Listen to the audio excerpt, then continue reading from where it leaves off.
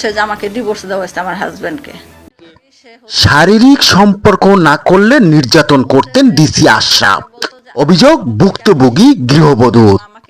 ভুক্তভোগী নারী অভিযোগ করেন, প্রথমে তাকে প্রেমের প্রস্তাব দেন ডিসি আশরাফ, রাজি না হওয়ায় ঘুমের ওষুধ খেয়ে আত্মহত্যার হুমকি দেন এবং বিভিন্ন কৌশলে মানসিক চাপে ফেলেন। পরে তাকে শারীরিক সম্পর্ক করতে বাধ্য করেন এই আশরাফ উদ্দিন। ভুক্তভোগী নারী ডিসি আশরাফের বিচার চেয়েছেন, শুনুন বিস্তারিত। যথাযথ বিচার হোক।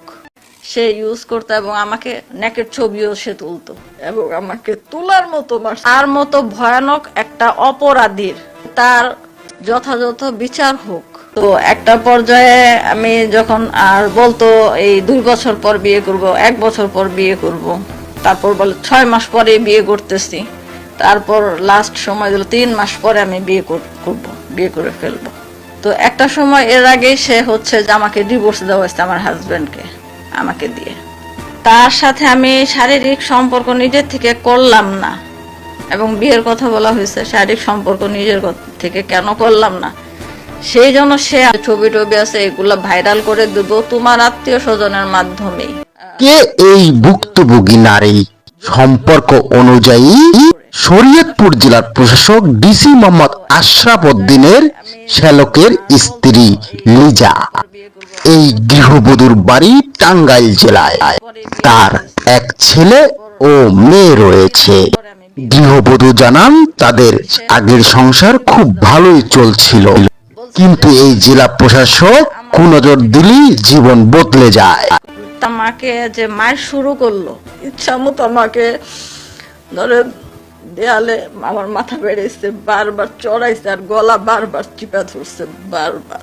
আমার বিষয়, আমাদের এইসব বিষয়ে যদি কাউকে জানাও বা কোনো রকম আমার চাকরির কোনো ক্ষতি হয়, আমি এই যে ছবি টবি আছে এগুলা ভাইরাল করে দেব তোমার আত্মীয় স্বজনের মাধ্যমেই।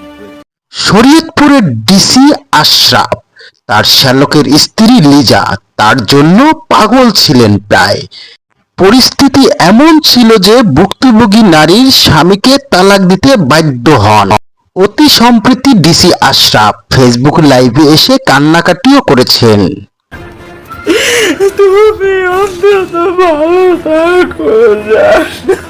সে হচ্ছে যে আমাকে ডিভোর্স দেওয়া হয়েছে আমার হাজবেন্ডকে।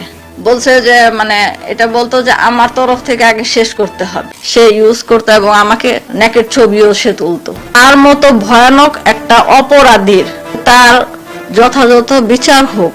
সেলিনা ইসলাম লিজা ও শরীয়তপুর জেলার প্রশাসক মোহাম্মদ আশরাফ ভিডিও নিয়ে এবার দুপক্ষেরই বিস্ফোরক মন্তব্য জানা গেল। তাদের পারিবারিক সম্পর্ক নিয়েই সম্পর্ক গড়ে ওঠেন। পবিত্র কোরআন শরীফে হাত রেখে লিজাকে স্ত্রী হিসেবে গ্রহণ করবেন বলে প্রতিশ্রুতি দেন এই জেলা প্রশাসক মোহাম্মদ আশরাফ উদ্দিন। প্রিয় দর্শক, ভিডিওটিতে লাইক, শেয়ার এবং ফলো দিয়ে পাশে থাকুন।